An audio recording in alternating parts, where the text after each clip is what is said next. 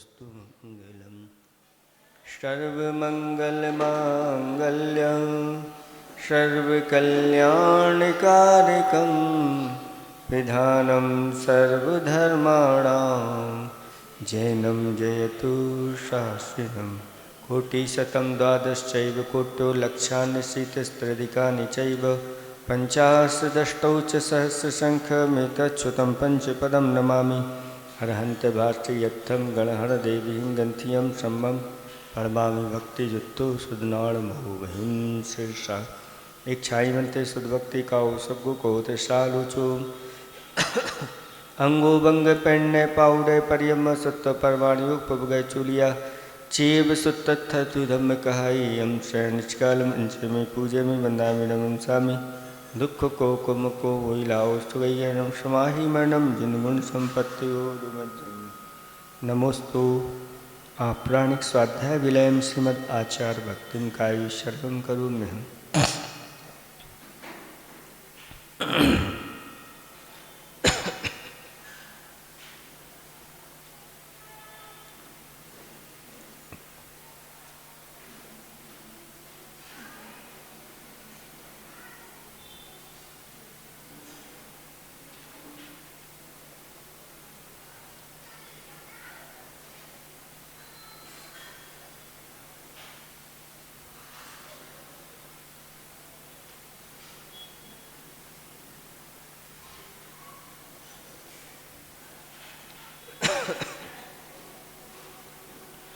सुत जलधिपारिकेभ्यः सुपरमद विभावना पटुमतिभ्यः सुचरितपोनिधिभ्यो नमो गुरुभ्यो गुणगुरुभ्यः।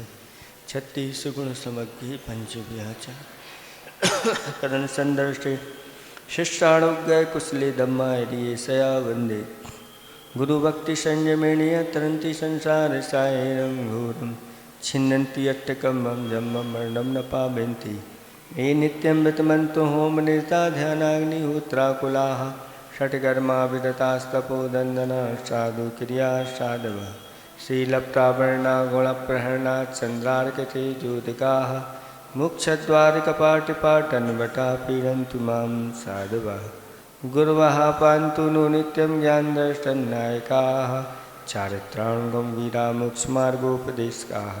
इच्छामन्ते आर्यवत्तिकाउ सबको कोत सालुचु श्रमणाण समदर्शन समचरयुक्ताणं पंचभ्याचाराणं आयदियाणं आयरादि सुदनाणोपदेशयाणं वज्जायाणं तीरेणुपारयाणं सर्वसाउडं सैनिचकालमंचेमि पूजयामि बन्दामि नमं सामि। दुःखो को कुमको वोइलाओ सुगई गणं समाहि मरणं चिन्गुण संपत्ति मध्यम मोक्षमार्गस्य नेतारं वेत्तारं कर्म भूभृतां ज्ञातारं विश्वतत्त्वानां वंदे तद्गुणलब्धे।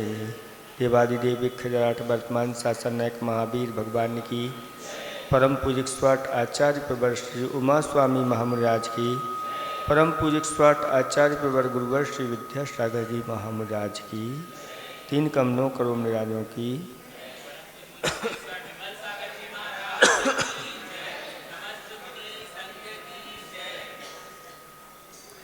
धर्म स्नेही बब्बात्माओं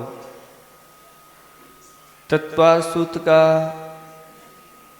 6वां अध्याय और उसका 16वें नंबर का सूत्र चल रहा है कि मायाचारी करने से त्रंच आयु का आश्रय होता है।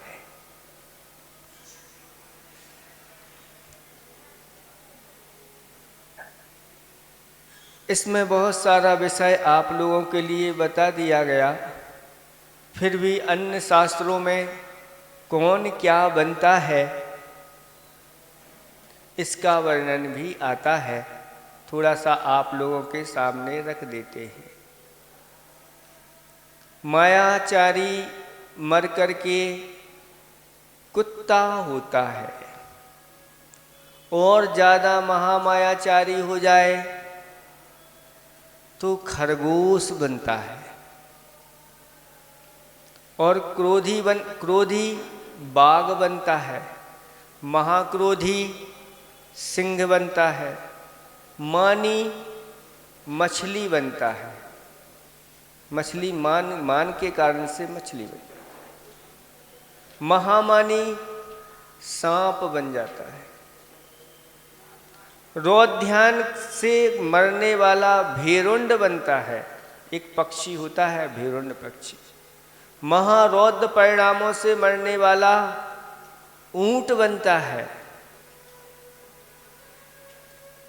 इनमें क्रोध मान माया लोभ तो रहते ही हैं, लेकिन मायाचारी की पुट के कारण से त्रिंश आयु का बंध भी होता है।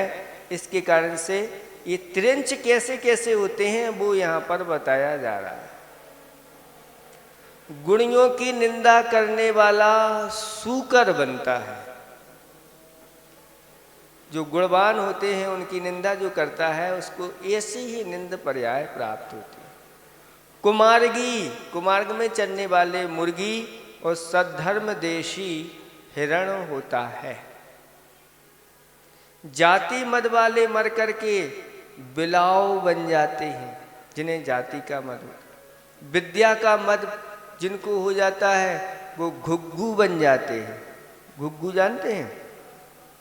उल्लू की एक प्रकृति जैसी होती है, घुग्गू घू घू करता रहता है, उसको घुग्गू बोलते हैं। तप का मत करने वाले कुत्ता बन जाते हैं। ऐश्वर्य मत करने वाले मगर बनते हैं। रूप मत करने वाले गधा, रूप का मत करो और गधा बनता। रिद्धि का मत करने वाले घोड़ा बनते हैं। चुगली करने वाले रीछ, रीछ की पर्याय मिलती है, रीछ माने भालू। हिंसानंद करने वाले बकरी बनते हैं। सप्त विषम सेवन करने वाले अगर त्रिंश आयु का बंद कर लें तो घोड़ा या कुत्ता बनते हैं। एवं निरंतर जो सप्त विषम में सेवन करने में तत्पर रहते हैं, ऐसे जीव मर करके जंगली कुत्ते बन जाते हैं अगर त्रिंश आयु का बंद हो जाए तो।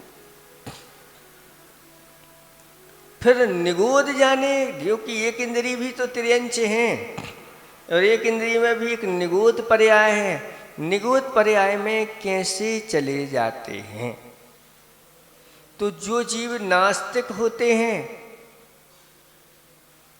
दुराचारी होते हैं, परलोक धर्म तप चारित्र व जिन शास्त्र आदि को नहीं मानते हैं, दुर्बुद्धि होते हैं, अत्यंत विषयासक्त रहते हैं, उग्र मिथ्या दृष्टि है, ऐसे वे अनंत दुखों के अपार सागर निगोद में जाकर के उत्पन्न होते हैं।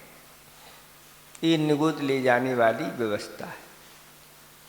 अब कुछ ऐसे भी त्रियंच होते हैं जो भोग भूमि के त्रियंच कहलाते हैं। वो कैसे उत्पन्न होते हैं? उन त्रियंचों में भोग भूमि कहाँ है? विदेश क्षेत्र में। ढाई द्वीप में 30 भोग भूमि शाश्वत हैं। कितनी? 30 भोग भूमि शाश्वत है। ये कैसे बन जाती हैं? तो जम्बू द्वीप में 6 होती है, फिर और 2 द्वीप आते हैं उनमें 12, और अगला पुष्करा द्वीप उसमें 12, 12, 12, 24 और 6 30 हो जाती है। 30 तो ये भोग भूमि है, लेकिन ढाई द्वीप के बाहर भी असंख्यात जघन्य भोग भूमि है। कितनी है? असंख्यात द्वीप हैं, उनमें त्रियंच मात्र त्रियंच रहते हैं। वो जघन्य भोग भूमि के जीव कहलाते हैं। तो वहां जाके भी उत्पन्न होते हैं, और कुभोग भूमि भी है। लेकिन कुभोग भूमि में त्रियंच होते हैं कि नहीं होते हैं, इसको थोड़ा सा विचार आगे जाके किया जाएगा। अब कोई पात्र विशेष को दान देकर और कोई दान की अनुमोदना करके त्रियंच भी भोग भूमि में उत्पन्न होते हैं। पात्र विशेष को दान दे करके त्रियंच दान कैसे देंगे? पात्र को दे सकते क्या त्रियंच? कैसे देंगे? नहीं, अनुमोदना कहते वाले अलग हैं, ये तो दान ही देते हैं, ये त्रियंच हैं। आप लोगों ने नहीं देखा त्रियंचों को दान देते हुए? हैं? गाय आप लोगों को वो सुनाया था? नहीं, आप लोगों को हमने सुनाया था आचार्य श्री का एक संस्मरण कि आचार्य भगवंत नैनागिर में विराजमान थे और वहीं पास में आपका वो सायगढ़ के पास में हीरापुर के एक सज्जन चौका लेकर के गए और साथ में अपनी गाय को लेकर के भी गए। और वह गाय जितना दूध देती थी, लगभग 5 लीटर, उसमें लेख में आया है कि 5 लीटर दूध देती थी। जिस दिन उस घर में आचार्य श्री के आहार हुए, उस दिन उस गाय को इतना हर्ष उत्पन्न हो गया कि वह आगे से 8 लीटर दूध देने लग गई। अब स्वयं तो दान नहीं दे रही है, लेकिन हमारा दूध और लगभग वह चौकों में पहुंच जाता था। एक तो ये हो गया।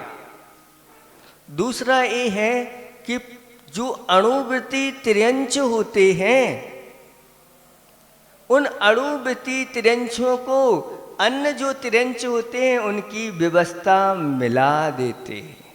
अणुवृत्ति जो त्रियंच होते हैं, पंचम गुण स्थान वर्ती हैं, वो मध्यम पात्र हैं। अब उनको अगर दूसरे त्रियंच उनके लिए भोजन पानी की व्यवस्था कर देते हैं उनके अनुकूल, तो वह उनका दान हो जाता है। इसके माध्यम से अगर वह त्रियंच आयु का बंद कर लें तो कहाँ उत्पन्न हो जाएंगे? भोग भूमि के त्रियंच होंगे। और मनुष्य आयु का बंद कर लें तो मनुष्य भोग भूमि के मनुष्य होंगे। ऐसी व्यवस्था उनकी होती है। तो जो कोई पात्र विशेष को दान दे करके, कोई दान की अनुमोदना करके त्रियंच भोग भूमि में जाकर के उत्पन्न हो जाता। अनुभूति है, कैसे पता चलता है? तो पता लग जाता है। कोई इस प्रकार के जीव होते हैं, इधर उधर की कोई वस्तु नहीं खाते, कितना भी दो वो नहीं खाएंगे और आपके द्वार पे खड़े हो जाएंगे। ये जैन साहब का द्वार है, वो यहीं खड़े होंगे, इनकी रोटी मिलेगी तो खाएंगे।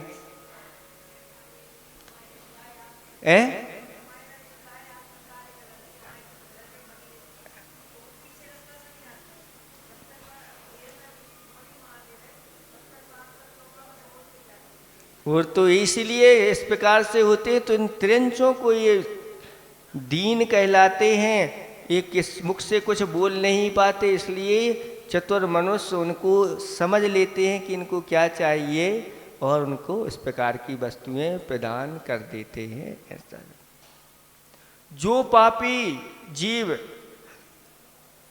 क्या होता है, जिन लिंग को ग्रहण करके संयम एवं सम्यक्त भाव आदि सबको छोड़ देते हैं, इस दिगंबर मुद्रा को धारण करके जिन लिंग को फिर संयम का भी त्याग कर दिया, सम्यक्त को पश्चात मायाचार में प्रवृत्त हो करके जो अपने चारित्र को पूर्ण रूप से नष्ट कर देते हैं, ऐसे भी अगले भाव में त्रियंच पर्याय को प्राप्त हो जाते हैं। ये स्थिति। कोई मनुष्य कुलिंगियों को नाना प्रकार के दान देते हैं तो भी जाकर के वो त्रियंचों में उत्पन्न हो जाते हैं भोग भूमि। ऐसी स्थिति। ये त्रिंच आयु का आश्रव दूसरे गुणस्थान तक होता है, इसके ऊपर त्रिंच आयु का आश्रव नहीं होता। यानी सम्यक दृष्टि कोई है और उसकी कोई मायाचारी थोड़ी बहुत चलती है तो उसके लिए वह उसकी मायाचारी त्रिंच आयु के बंध के लिए कारण नहीं होती। कोई अणुवृत्ति है, अणुवृत्ति है, अभी पूर्ण मायाचारी का तो त्याग उसका है ही नहीं, माया का त्याग है ही नहीं, उसके योग वह कर लेता है तो भी वह त्रिंच आयु का बंधन नहीं करता। तो पंचम गुणस्थान के साथ होना चाहिए, चतुर्थ गुणस्थान के साथ होना चाहिए तो त्रिंच आयु का। मात्र दूसरे गुण, पहले गुणस्थान और दूसरे गुणस्थान में अगर कोई जीव है वहाँ त्रिंच आयु का बंध कर सकता इसके ऊपर नहीं, ऐसा जानना चाहिए।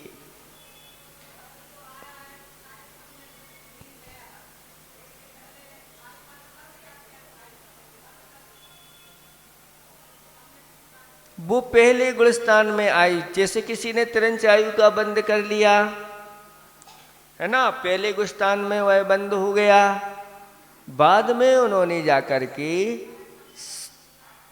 सम्यक दर्शन प्राप्त किया अथवा छायक सम्यक दर्शन प्राप्त कर लिया तीर्थंकर के पादमूल में जाकर के, अब त्रियंच तो बनेंगे, भोग भूमि के जाकर के वह त्रियंच बनेंगे, ऐसा जानना चाहिए। जगन्न आयु का बंद कर लिया है, जगन्न भोग भूमि का, तो जगन्न में ये ढाई द्वीप के बाहर भी असंख्यात जगन्न भोग भूमि, उनमें भी छायक सम्यक दृष्टि पाए जाते हैं, त्रियंच छायक सम्यक दृष्टि। अपना कोई अभी ठिकाना नहीं उनका, तो छायक सम्यक दृष्टि कितने त्रियंचों में कहते असंख्यात। अब वहाँ से कहाँ जाएंगे, देवायु में जाएंगे, देवायु के बाद फिर सीधे मनुष्य होकर के और मुक्ति को प्राप्त हो जाएंगे। इस प्रकार से ये त्रियंचों की उत्पत्ति के बारे में आपको बता दिया गया। और मायाचारी के बारे में तो आप लोगों ने सब समझ ही लिया है। माया उत्तम आर्जव धर्म के दिन की किस प्रकार से मायाचारी की जाती अनेक प्रकार के हैं, इसके बारे में कहो तो थोड़ा सा बता दें। 5 प्रकार की माया होती है। सबसे पहले तो निकृति नाम की माया है। निकृति माया क्या कहलाती है? धन के विषय में अथवा किसी कार्य के विषय में जिसकी अभिलाषा उत्पन्न हुई है, ऐसे मनुष्य का जो फंसाने का चातुर्य है वह निकृति माया है।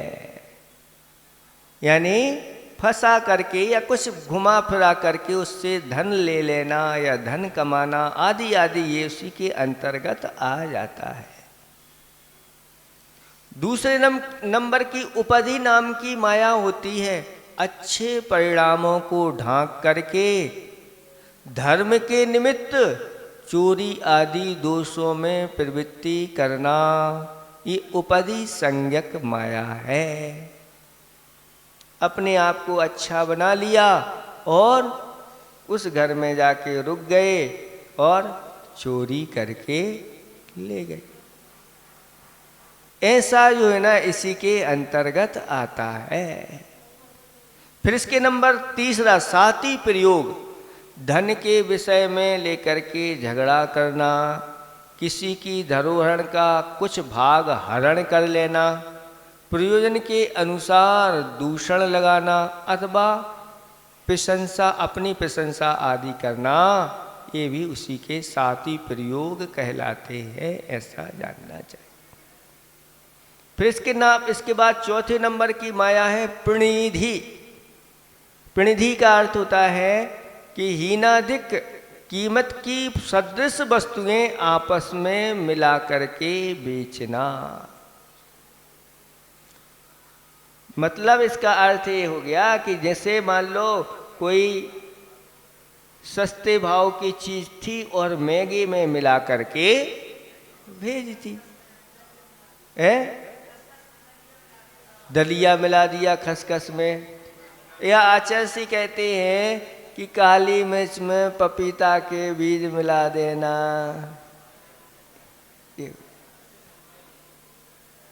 और मिट्टी आदि भी मिला देते हैं लोग, हल्दी में पीली मिट्टी मिला देते हैं। हाँ, घी आदि में तो फिर मिलते ही हैं चीज़ें। डालडा के साथ साथ आज चर्बी और भी ऐसे एसेंस आ गए हैं कि आप थोड़ा सा घी का एसेंस उसमें डाल दो और वह असली घी को भी मात कर जाएगा। असली घी में तो गंध इतनी नहीं आएगी, लेकिन उसमें से तो ऐसी फूटेगी। ये सब मिलावट की चीज़ें जो होती हैं वो मायाचारी के अंतर्गत है। तौल माप के बाद हीनादिक करना, ये सब इसी माया के अंतर्गत आ जाते हैं। 5वें नंबर की है प्रीतिकुंचन। प्रीतिकुंचन माया वो कहलाती है कि आलोचना आदि करते समय अपने दोषों को छिपाना।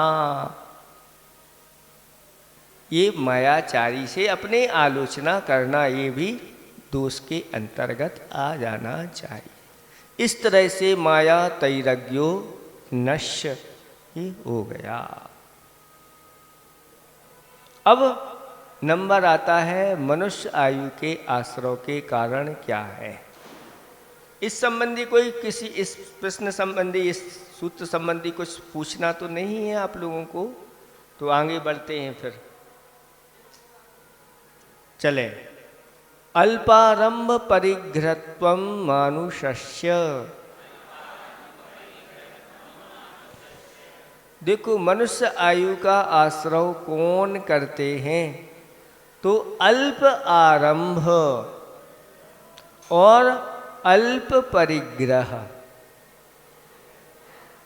अल्प आरंभ यानी थोड़े आरंभ में ही अपना काम चला लेते हैं, बड़े बड़े आरंभों का जो त्याग कर देते हैं वो। और अल्प परिग्रह, अल्प परिग्रह का अर्थ होता है जितना आवश्यक है उतना रख लेते हैं, बाकी सबका त्याग कर देते हैं।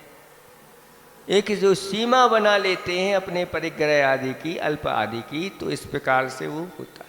अथवा थोड़े में ही जो संतोष धारण करते हैं, मुझे ज़्यादा कुछ नहीं चाहिए, इतने में ही हमारा अच्छा व्यवस्था बन रही है और आवश्यकता नहीं, वो अल्प आरंभ और अल्प परिग्रह जिसके पास होता है, या इस प्रकार के जिसके पास भाव होते हैं, वह मनुष्य आयु का बंध करता है। ऐसा जाना। देखो, मनुष्य बनना है तो इस प्रकार से रहो, और त्रियंच बनना है तो वैसा करो, नरकों में जाना है तो खूब इकट्ठा करो। ये सारी व्यवस्थाएं बता दी गई हैं। आप लोगों को क्या करना है आप जाने। इसीलिए महाराज लोग बार बार आप लोगों को उपदेश देते हैं, भैया परिग्रह का परिमाण कर लो, भैया दान करो, त्याग करो। धीरे धीरे आपके में थोड़ा बैठता है, उसमें से आप थोड़ा थोड़ा, पूरा कभी नहीं निकालते, 5% 10% ज़्यादा से ज़्यादा इतना निकाल पाए बस। जब इतना उपदेश देते हैं तब निकलता है, और उपदेश आदि नहीं हो तो बस फिर कुछ नहीं, पढ़ता ही चला जाता है। और भी अल्प आरंभिक परिग्रह के, मनुष्य आयु के आदि आदि परिणाम और भी बहुत सारे हैं। राजवार्तिक ग्रंथ के अंतर्गत आया है कि मिथ्या दर्शन से सहित बुद्धि है, क्योंकि मनुष्य आयु का बंध मनुष्य अगर करता है तो मिथ्यात्व के साथ करता है। तो मिथ्या दर्शन सहित बुद्धि है और विनीत स्वभाव है। मिथ्या दृष्टि तो है लेकिन विनय रखता है। प्रकृति भद्रता यानी भद्र परिणामी है। मार्दव एवं आर्जव परिणाम होना यानी कोमल परिणाम रखता है, सरलता उसके अंदर होती है। ऐसा कोई मिथ्या दृष्टि मनुष्य और मनुष्य आयु का बंद कर ले तो वह मनुष्यों में जाके उत्पन्न हो जाता है। अच्छे आचरणों में सुख मानना, जो मनुष्य अच्छे आचरण करो इसी में सुख है, तथा रेत की रेखा के समान क्रोधादि होना, ये सब उसी मनुष्य आयु के लिए।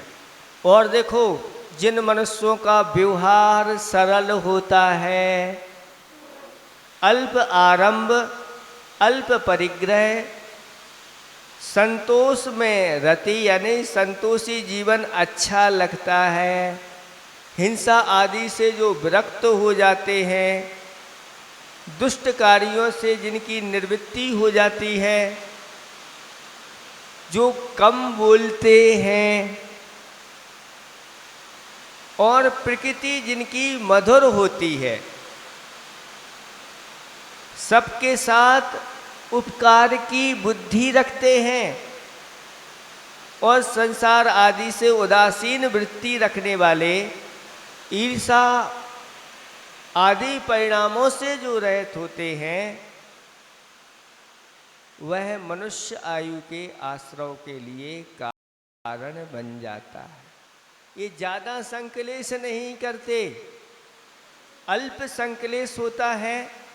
देवसात या गुरु अतिथि आदि के सत्कार में रुचि रखते हैं, दानशील इनका स्वभाव होता है। कापोत पीत लिस्या के परिणाम होना और मरण के समय में धर्म ध्यान आदि परिणतियाँ हो जाती हैं, वह मनुष्य आयु के आश्रय के लिए कारण बन जाते हैं। ये मिथ्यात के साथ लगा लेना ये सारी चीज़ें, और अगर मनुष्य आयु का बंद कर ले तो जाके मनुष्यों में उत्पन्न हो जाते हैं। कौन से मनुष्य भोग भूमि में जाके उत्पन्न होते हैं? जो जीव मिथ्यात भाव से युक्त होते हुए भी मंद कसाई है, पैसून और असूय आदि दंभ से रहते हैं, मांसाहार आदि का त्याग कर दिया है, मद्य मसु मांस उदंबर फल आदि इनका त्याग कर देते हैं, वह जा करके भोग भूमि में उत्पन्न होते हैं, ऐसा जानना।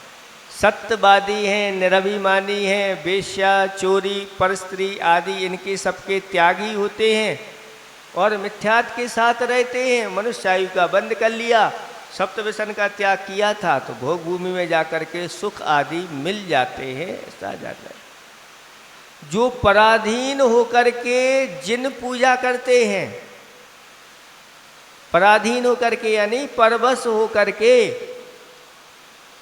उपवास से शरीर कृश करते हैं, पराधीन होकर के तथा आर्जव आदि से संपन्न होते हैं, वो जाकर के मिथ्या दृष्टि अगर मनुष्य आयु का बंद कर ले तो भोग भूमि की आयु का बंद करते हैं।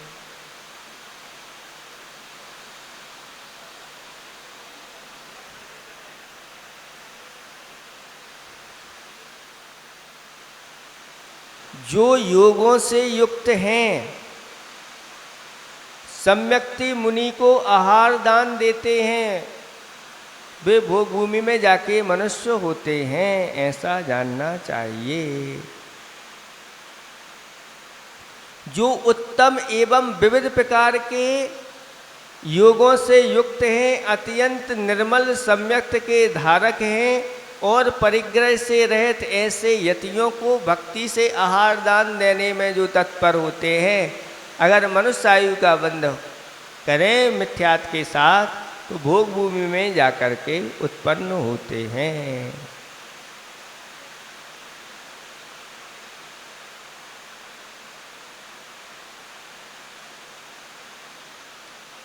अब देखें, कुभोग भूमि का भी थोड़ा सा सुन लें। कुभोग भूमि मनुष्यों में कौन उत्पन्न होता है? जो मिथ्यात्व में रत हैं, मंद कसाई हैं, प्रिय बोलने वाले हैं, कुटिल हैं, धर्म फल को खोजने वाले हैं और मिथ्या देवों की भक्ति में तत्पर रहते हैं, ऐसे जीव को कुभोग भूमि में जाकर के मनुष्य हो जाते हैं। जो शुद्ध ओदन यानी भात, सलिल ओदन यानी पतला भात व कांजी खाने के कष्ट से संक्लेश को प्राप्त विषम पंचांगनी तप काय क्लेश आदि करते हैं। सिर्फ भोजन में क्या लेते हैं? अकेला मात्र भात ले लेते हैं अथवा पतला भात ले लिया, छाछ आदि के साथ ले लिया और पंचाग्नि तप तपते हैं। मनुष्य आयु का बंद कर लें तो कुभोग भूमि में जाकर के उत्पन्न होते हैं। सम्यक्त रूपी रत्न से रहित ऐसे अधम जीव अज्ञान रूपी जल में डूबते हुए लवण समुद्र के द्वीपों में कुमानुष होते हैं। ऐसा का जो लोग तीव्र अभिमान से गर्वित होकर सम्यक्त और तप से युक्त साधुओं का किंचित भी अपमान करते हैं, अभिमान तीव्र अभिमान में गर्वित होकर के अगर तप से युक्त जो साधु हैं थोड़ा सा भी अगर उनका अपमान करते हैं, अगर मनुष्य आयु का बंद हो जाए तो कुमानुष होते हैं। ऐसा जो दिगंबर साधुओं की निंदा करते हैं, जो पापी संयम तप व प्रतिमा योग से रहित तो होकर के मायाचार में रत रहते हैं, वो जाकर के कुमानुष होते हैं। जो रिद्धि रस और सात इन तीन गार्वों से महान होते हुए मोह को प्राप्त होते हैं, जो स्थूल व सूक्ष्म दोषों की गुरुजनों के समीप आलोचना नहीं करते, वह जाके कुभोग भूमि में उत्पन्न होते हैं।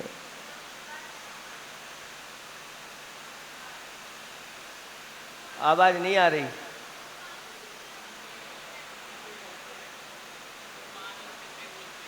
कुमानुष किसे बोलते हैं? आपको बता दें कि लवण समुद्र और कालोदधी समुद्र, इन दो समुद्र में 96 कुभोग भूमि है। वहाँ पर जो उत्पन्न होते हैं मनुष्य में वो कुमानुष कहलाते हैं। इसका अर्थ ये होता है कि मनुष्य गति नाम कर्म है उनका, लेकिन उनके मुख त्रियंचों जैसे होते हैं। मनुष्य हैं और मुख है मगर का, मनुष्य हैं मुख है शार्दूल का, मनुष्य हैं और मुख है हाथी का। ऐसी स्थिति वहाँ की होती है। कोई दर्पण के मुख वाले होते हैं, कोई बिजली के चमक जैसे होते हैं, कोई एक पैर वाले होते हैं और एक कान इतना बड़ा होता है कि उस कान को ही ढक करके वो सो जाएं, ऐसे भी होते हैं। ये सब विकृत अंग वाले इस प्रकार के वहाँ पर होते हैं, एक कुमानुष कहलाते हैं। और वहाँ जाकर के जो कुदेव आदि को इस प्रकार से कुगुरु आदि के लिए दान आदि इस प्रकार से करते हैं, उसके फल से वो वहाँ पर जाके उत्पन्न होते हैं। जो गुरु के साथ स्वाध्याय व वंदना कर्म नहीं करते, जो मुनि संग आदि को छोड़ करके एकाकी आदि रहते हैं, वो भी ऐसे जाकर के उत्पन्न होते हैं। ये सब त्रिलोक परिणति ग्रंथ के अंतर्गत आया है। जो क्रोध से सबसे कलह करते हैं, आहार संज्ञा में आसक्त व लोभ कसाय से मोह को प्राप्त होते हैं, तथा जो जिन लिंग धारण करके घोर पाप करते हैं उनको वहां पर जाकर के वह उत्पन्न होते हैं, ऐसा जान।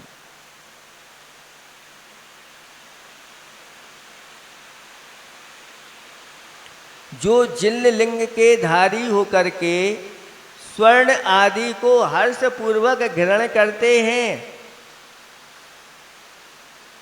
जो अरहंत और साधुओं की भक्ति नहीं करते हैं, जो चातुर्वर्ण संघ के विषय में वात्सल भाव से विहीन होते हैं, जो संयमी के वेश से कन्या आदि का विवाह करते हैं और बिना मौन के भोजन करते हैं,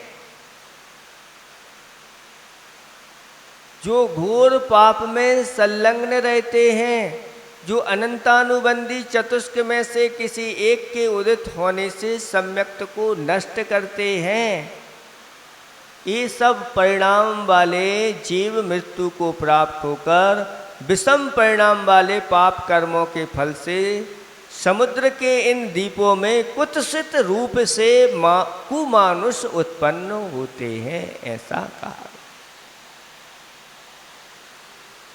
कुभोग भूमि में उत्पन्न होने के लिए एक चीज और कहीं पढ़ने में आई थी कि जो है ना सूतक पातक के साथ में आहार दान आदि कर देते हैं समीचीन पात्रों को, वो भी इस प्रकार से, और मायाचारी के साथ में अशुद्धि आदि पदार्थों को भी मुनिराजों को दे देते हैं, उनके लिए इस प्रकार का बंध हो जाता है, इसलिए बचना चाहिए। शुद्धि में नहीं है, अशुद्धि के साथ आहार दे रहे हो, सूतक पातक में भी आहार दे रहे हो और आहार की भी शुद्धि नहीं है और अशुद्ध आहार उनके लिए दे रहे हो, इस प्रकार से सब उसमें कारण बन जाते हैं, इसलिए इस प्रकार की प्रक्रियाएं नहीं करना चाहिए। मनुष्य गति कौन से ध्यान से मिलती है, तो कहते हैं मिश्र ध्यान से, यानी अशुभ और शुभ दोनों प्रकार का मिश्र ध्यान होता है। इससे युक्त अल्प आरंभ और अल्प परिग्रह से मनुष्य गति की प्राप्ति होती है। मनुष्य गति जो मिली जुली प्रकृति वाली है, साता भी है और असाता है। इस धर्म की अधिकता होने पर सुख मिलता है, सुख अधिक मिलता है एवं दुख गौण हो जाता है, तथा पाप की अधिकता होने पर दुख की अधिकता हो जाती है एवं सुख की गौणता हो जाती है। ऐसे इस प्रकार मनुष्य गति में सुख और दुख दोनों मिश्र रूप में मिलते हैं, ऐसा जानना चाहिए।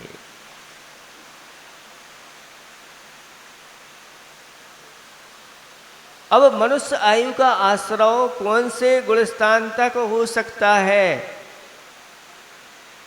अगर देव और नारकी हैं तो वह पहले से चौथे गुणस्थान में किसी में भी मनुष्य आयु का बंध कर सकते हैं, और मनुष्य और त्रियंच हैं तो पहले और दूसरे गुणस्थान में मनुष्य आयु का बंध हो सकता है, इसके ऊपर नहीं होता, ऐसा जानना चाहिए।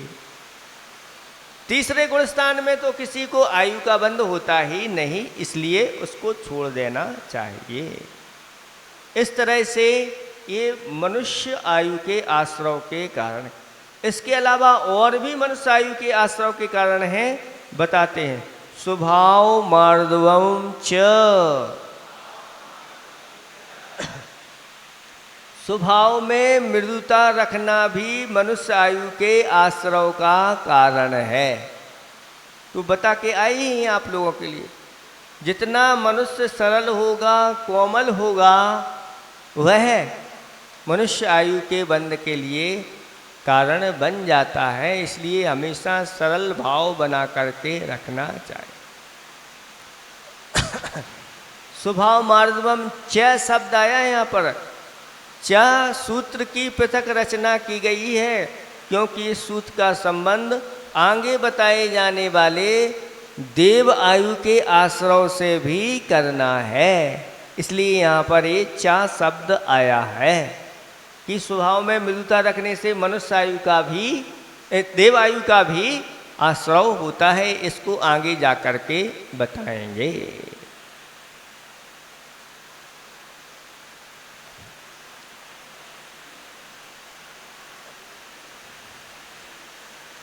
कुछ ऐसे मनुष्य होते हैं जो स्वभाव से ही सरल कोमल होते, कहते भाई ये तो प्रकृति इनकी ऐसे ही है, वो यहाँ पर बताया जा रहा है, कोई अलग से नहीं, ये स्वभाव से ही ऐसे होते हैं, ऐसा जान। अब चारों आयुओं के आश्रय के कारण के लिए एक सूत्र आ रहा है। इस संबंधी कुछ पूछना तो नहीं? आगे बढ़ते हैं। निश्शील व्रतत्वं च सर्वेषां। निःशील यानी शील से रहित और निव्रतत्वम यानी व्रत रहित पना, व्रतों से रहित। किसी के पास कोई व्रत नहीं है और शील भी नहीं है, ऐसा व्यक्ति सर्वेषां सभी आयुओं के आश्रय का कारण हो सकता है। यानी वह किसी भी गति में, किसी भी आयु में जा सकता है। वह अपने अपने गुणों के अनुसार वह होता है। कोई वृत्ति नहीं है और उसके पास कोई शील भी नहीं है। अब वह चारों आयु उसके लिए खुली हैं, जिस प्रकार के वह परिणाम करे वह वहाँ पर जा सकता है, ऐसा जानना चाहिए। जैसे भोग भूमि के जीव हैं,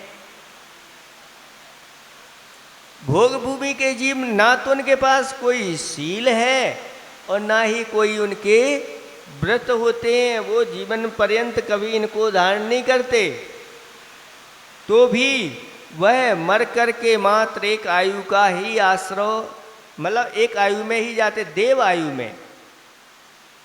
देव आयु का आश्रय उनके लिए, जब भी आयु बंद होगा तो देव आयु का होगा, चाहे वह कुमानुष ही क्यों ना हो, सबके लिए ऐसा है। अब यहाँ पर भी कोई मान लो मनुष्य है और उस मनुष्य ने शील व्रत धारण नहीं किए और कोई व्रत भी नहीं लिए और जिनालय आदि का निर्माण करा दिया और उसने देवायु का बंद करके जाके स्वर्गों में उत्पन्न हो गया, तो यहाँ पर कोई व्रत भी नहीं है तो भी स्वर्ग की आयु देवायु में चले जाते।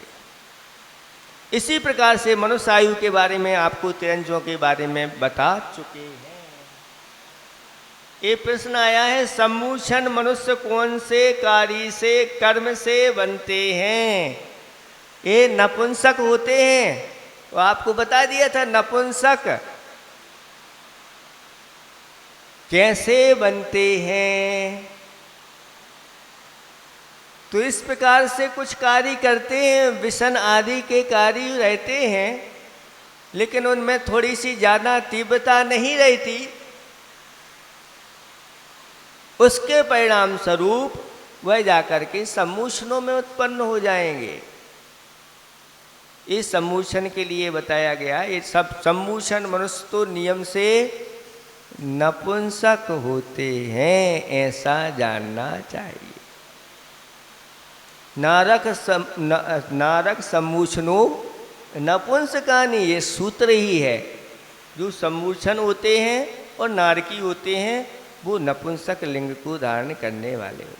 तो सम्मूषणों में तो उत्पन्न होना, वहाँ उसका कोई महत्व नहीं होता। सम्मूषणों का वहीं पर जन्म और पूरी अपनी पर्याप्तियाँ ही पूर्ण नहीं कर पाते, वह उनको मरण को प्राप्त होते रहते हैं, ऐसा जानना।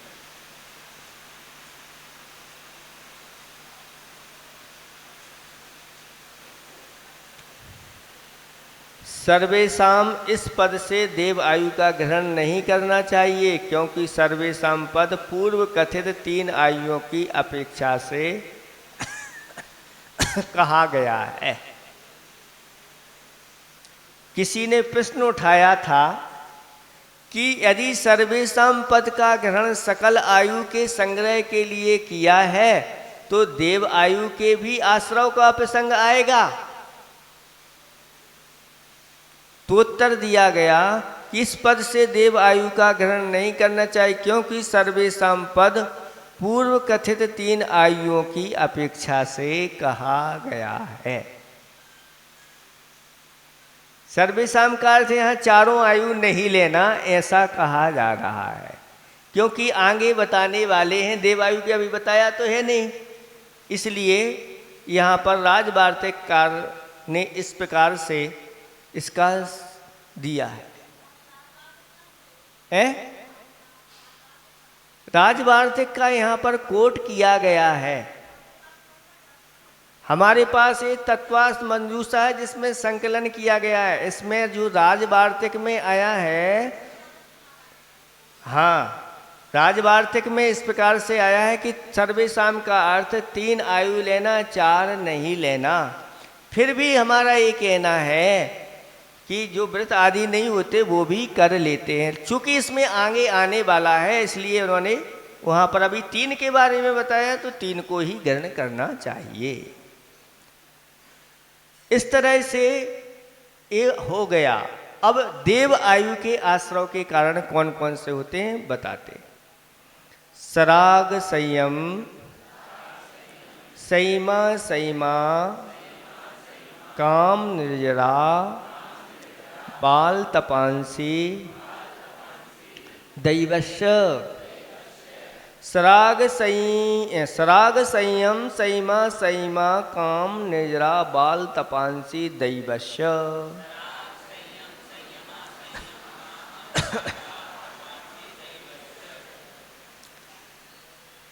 देव आयु का आश्रव का कारण क्या है बताते हैं। देखो, सराग संयम, सराग संयम क्या कहलाता है, किनका होता है?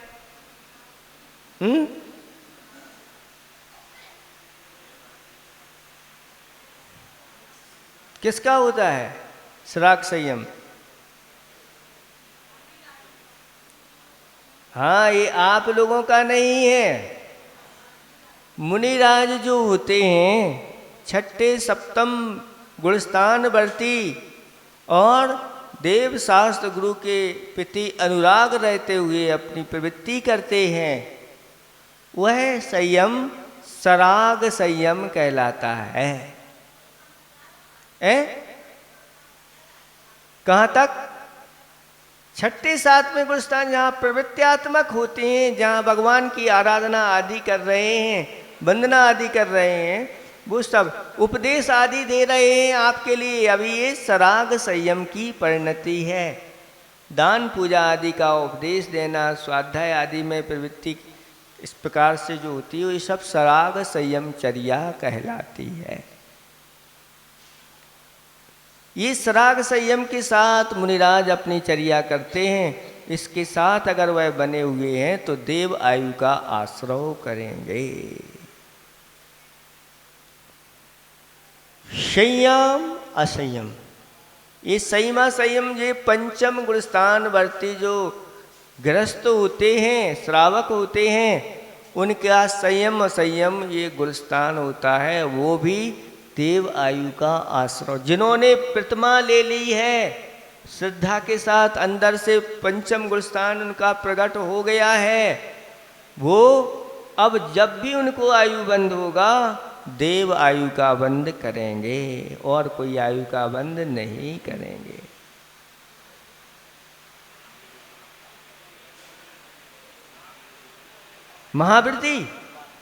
महावृत्ति तो होते ही है। सराग संयम महावृत्तियों का होता है, ऐसा है। लेकिन वीतराग संयम नहीं है, क्योंकि अभी प्रवृत्ति में है। जब निर्वृत्ति में चले जाते हैं तो वीतराग संयम होता, अथवा वीतराग संयम और ऊपर 11वें गुणस्थान से भी मानने वाले हैं। जहाँ पर राग विद्यमान है 10वें गुणस्थान तक, वहाँ तक सराग हो जाता है और ऊपर वीतराग विशेषण ऊपर लगता है, ये भी व्यवस्था है, ऐसा जान। लेकिन आयु का जो बंध होता है, कौन से गुणस्थान तक आयु बंध होता है?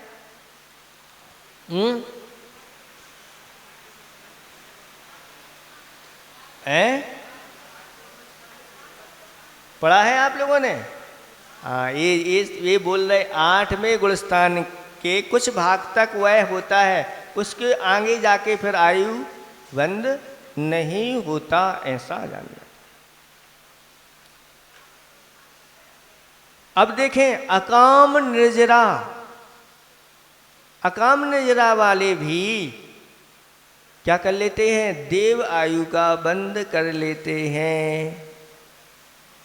अकाम निर्जरा यानी परवश हो करके अब उनका उपवास हो गया, जंगल में फंस गए, अब भोजन पानी कुछ नहीं मिल रहा है, तो भैया ठीक है अब सहन करो जितना है।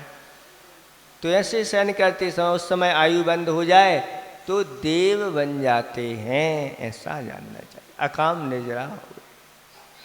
और बाल तप, बाल तप यानी मिथ्यात के साथ, अज्ञान के साथ जो तप किए जाते हैं, वो तप देव आयु में उत्पन्न करा देते हैं, ऐसा जाना।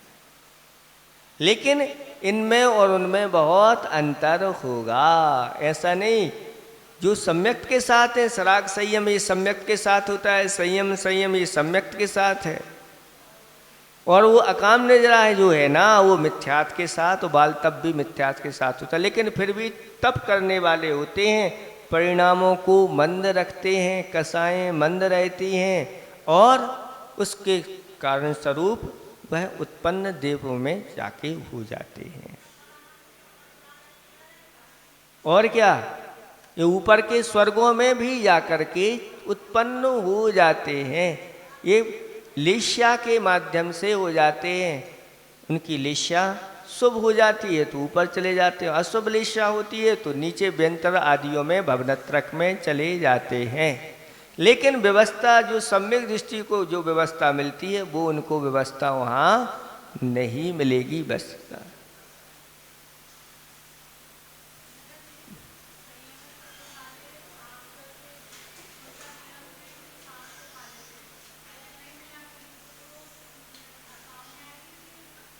नहीं मिला तो वो उनकी है ना, अकाम निर्जरा नहीं कहलाएगी। वो पंचम गुणस्थान के साथ हैं, इसलिए उनकी निर्जरा। ऐसा नहीं अब नहीं मिला तो बस हमारा नियम है, आगे हम उसका भक्षण नहीं करेंगे, इतना है, इतना समय हमारा हो गया।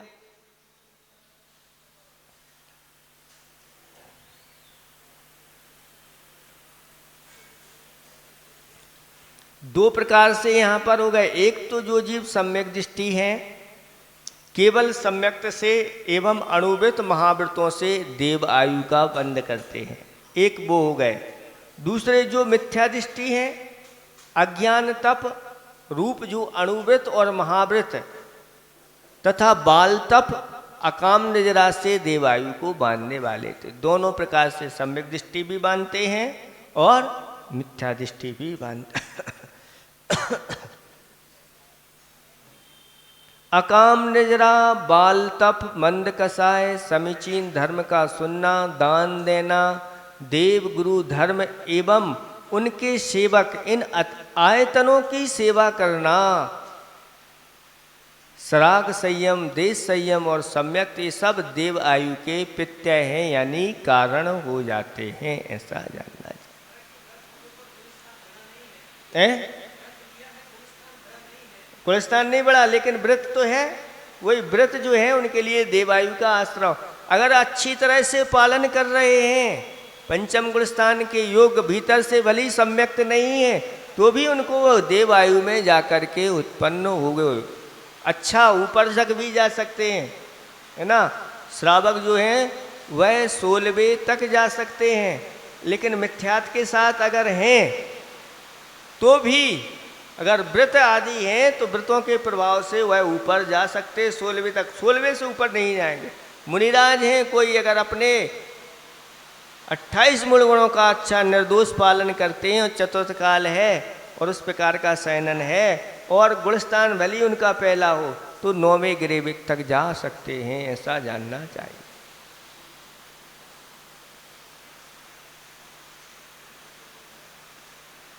ठीक है, अकाम नजरा तो समझ में आ गई थी आप लोगों को क्या कहलाती है। अकाम का अर्थ होता है ना, इच्छा पूर्वक नहीं, परवश हो करके कोई कारागार में चला गया, अब वहां पर दिन में ही मिलता है, रात में वहां मिलता नहीं। भूमि पर अगर वहां भूमि पर सोना है तो भूमि पर सोएंगे। ये परवश हो करके मलमूत्र आदि के रोकना पड़ता है, नहीं जा सकते, बाहर नहीं निकल सकते, तो भी इसमें अकाम नजरा होती है। ब्रह्मचर्य का पालन हो रहा है, परवश होकर के हो रहा है, इच्छा पूर्वक नहीं हो रहा है, ऐसा जानना चाहिए। अब अपने अभिप्राय से ना की गई भी विषयों की निर्वृत्ति परतंत्रता के कारण भोग उपभोग का निरोध होने पर उसे शांति से सहन कर लेना, इसका नाम है अकाम निर्जरा। शांति से तो सहन कर, और अगर शांति से सहन नहीं करेगा, आकुल व्याकुल परिणाम होगा तो फिर निर्जरा नहीं हो गई, और क्या होगा, बंद और चालू हो जाएगा। बाल तप क्या कहलाते हैं। बाल तप मिथ्यात्व के कारण मोक्ष मार्ग में उपयोगी ना पड़ने वाले काय क्लेश बहुल माया से व्रतों का धारण करना, ये बाल तप है, ऐसा जानना चाहिए। और क्या चीज आ रही है इसके बाद, बाल तप, ये सब देव आयु के लिए आया।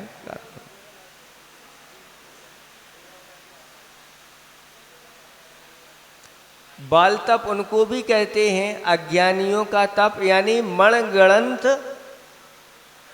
तप कर रहे हैं, अपने जो मन में आ रहा है सो करते चले जा रहे हैं, ये सब उसी की कोटि में आ जाता है, ऐसा जानना चाहिए।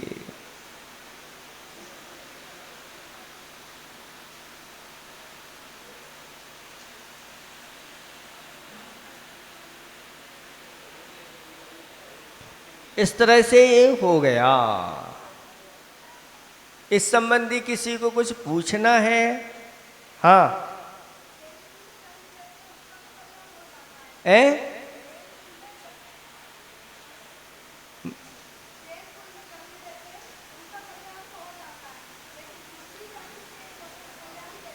हाँ,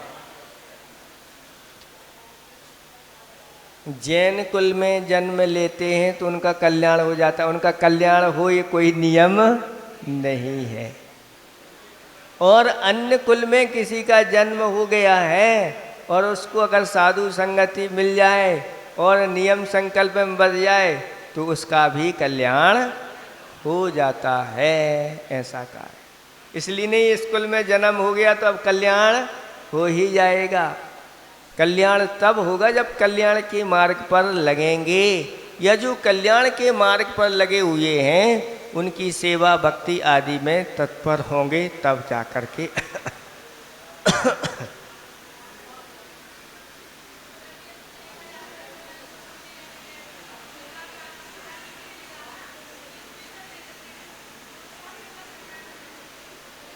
आवाज नहीं आ रही है, इसको वहीं सुन। हाँ, इस तरह से देवों में भी कुछ ऐसे होते हैं देव जो महारिद्धिधारी देव होते हैं, कोई ऐसे होते हैं जो मध्यम रिद्धिधारी देव होते हैं, कुछ ऐसे होते हैं जो जगन रिद्धि को धारण करने वाले होते हैं। जिसका जैसा संयम आदि होता है, जिसका जैसा तप आदि होता है, उसको उसके अनुसार मिलता है। ऐसा नहीं कि यहाँ पर करें थोड़ा और वहाँ बहुत सारा मिल जाए, और ये वहाँ पर बहुत करें और वहाँ पर कम मिले, ऐसा नहीं। उसमें कुछ ना कुछ कहीं ना कहीं कोई कमी रह जाती है, तो ऐसा होता है, ऐसा जानना चाहिए।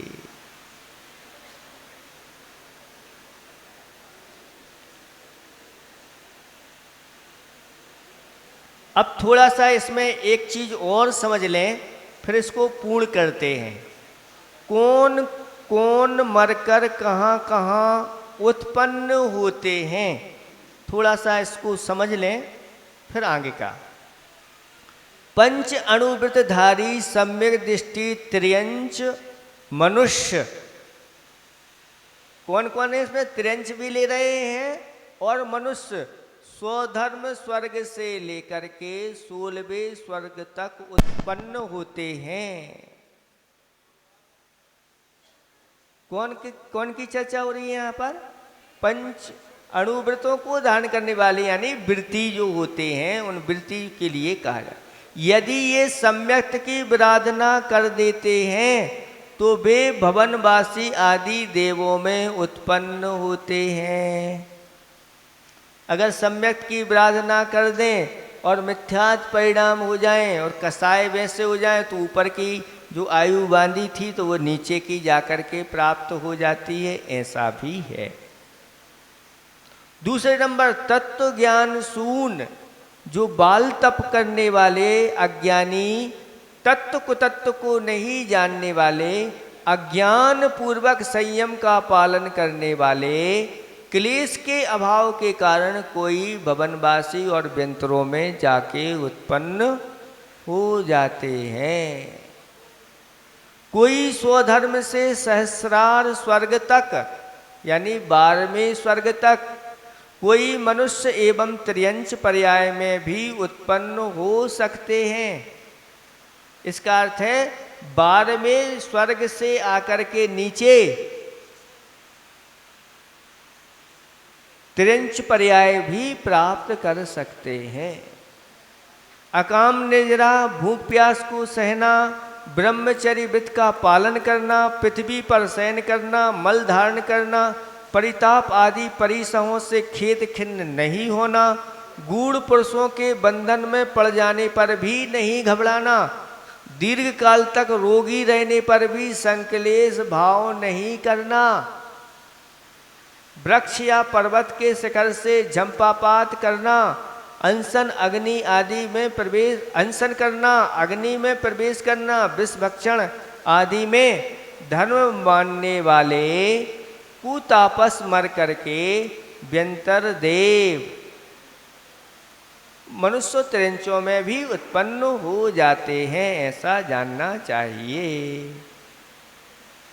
जिसने सील और व्रतों को धारण नहीं किया है, किंतु जिनका हृदय अनुकंपा से ओतप्रोत है, जिनके जल रेखा सदृश रोष है यानी क्रोध है, तथा जो भोग भूमि में उत्पन्न हैं, ऐसे त्रियंच और मनुष्य व्यंतर आदि में उत्पन्न होते हैं। ये आ गया यहाँ पर। जब ये यहाँ आ गया तो इसको चारों आयुओं को भी लगा लेते हैं, क्योंकि ये सील और व्रतों को धारण नहीं करते भोग भूमि के जीव, लेकिन मिथ्या दृष्टि जो होते हैं वह व्यंतर आदि 3 में उत्पन्न हो जाते हैं। और जो सम्यक दृष्टि होते हैं भोग भूमि के जीव, वो कहाँ उत्पन्न होते हैं? दूसरे स्वर्ग तक जाकर के उत्पन्न हो जाते हैं, ऐसा जानना चाहिए।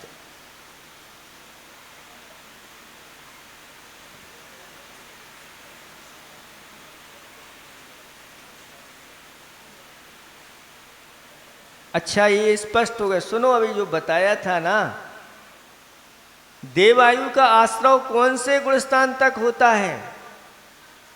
पहले गुणस्थान से लेकर के 7वें गुणस्थान तक है।